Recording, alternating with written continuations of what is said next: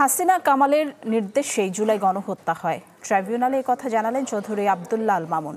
জানান, জুলাই আন্দোলনের সাবেক স্বরাষ্ট্রমন্ত্রীর নির্দেশেই ছাত্র সমন্বয়কদের আটক করে মানসিক নির্যাতন করা হয়েছিল।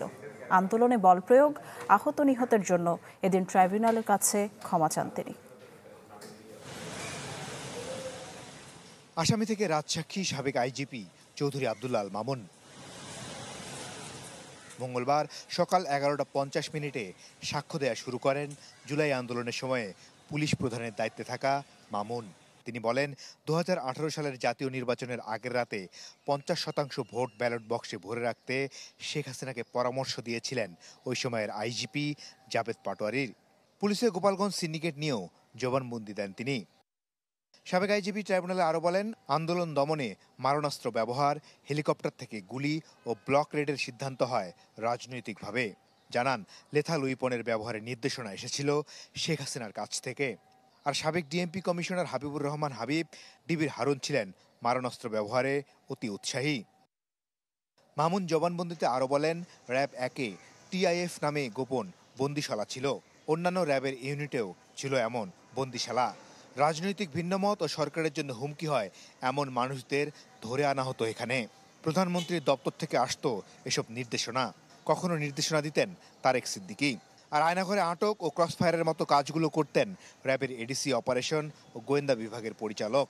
প্রধানমন্ত্রীর দপ্তর থেকে তাকে দেওয়া হতো এবং এইটা র্যাবের বিভিন্ন পর্যায়ের অফিসাররা পালন করতেন।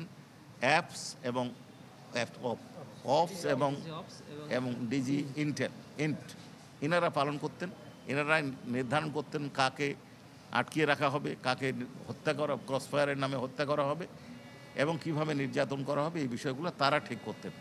এবছরের 24 মার্চ মুখ্য মহানগর হাকিম আদালতে স্বীকারোক্তিমূলক জবানবন্দি দেন চৌধুরী আব্দুল্লাহ আল মামুন।